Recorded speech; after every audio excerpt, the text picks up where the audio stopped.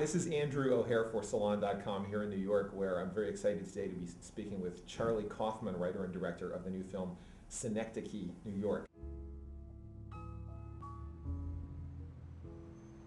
What did the word mean to you in terms of the title of the movie? I came up with a new understanding of what the title means as far as the movie goes, and it wasn't intentional. Is that it kind of occurred to me that every work of art is a synecdoche. There's no way around it. Everything that anyone does as a creative work of art can only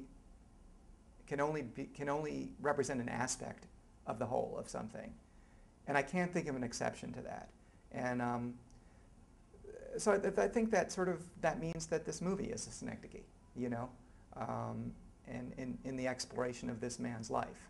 But also, you know, within the movie, there's the facsimile of New York City that's built in the warehouse. Right. I mean, there's lots of different sort of... Philip Hoffman's character builds this increasingly large sort of set, Yes. stage set of New York City within a warehouse, and then a series of warehouses, and then it gets bigger and bigger. From there. You're actors playing actors. You're in the scene. You're not just filming it. You're in the scene. Just like that. I mean, As you're telling him this, you realize that you're attracted to him also, and how are you going to let him know that? In his understanding of what he needs to do to be truthful in art is the feeling that he needs to be literal, and that's what he thinks is honest, and that's the only thing he can really come up with. He's trying to do something important and true, and to a large extent he's trying to do that to prove his worth to himself and also to his wife, who has left because she doesn't feel that he's much of an artist. I mean, she's left for a bunch of reasons, but that is one of the last discussions that they have before she leaves. I disappointed you somehow? everyone is disappointing. The more you know someone. It strikes me very much as a film by somebody who is in the middle of life and beginning to think about what lies on the downslope. I've been thinking a lot about dying lately. You're gonna be fine, sweetie. I appreciate that, Claire, but You are, you poor thing. you know, regardless of how this particular thing works itself out, I will be dying. And so will you. And so will everyone here.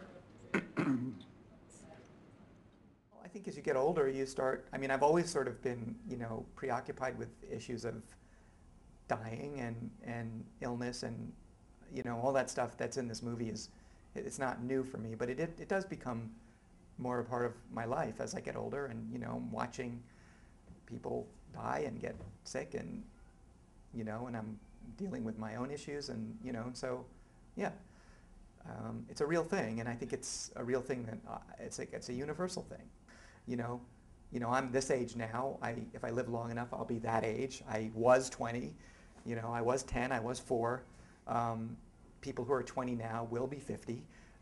They don't know that. That's I right, mean, they know it in the abstract, but they don't know it often. And I'd like them to know it, because I think it's a good thing to know, it gives you compassion. Rather than thinking of people at different ages as the other. I'm lonely. And I'm afraid I'm going to die. anything else? I don't know what's wrong with me, and I want to do something important while I'm still Well, here. that would be the time to do it, yes.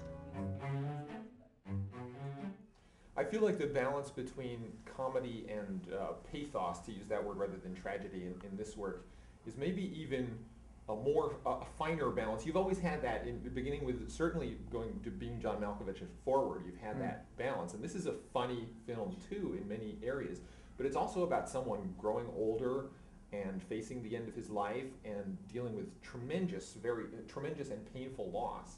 I intended this time not to give people a kind of an out in the form of a high concept or a conceit that I've had in other movies. I mean, it was you know, I felt like I didn't, and I think that in some ways people are expecting that from me. Sure. You know, when they finally figure out the movie, and it's, there's a relief in that, there's a safety net.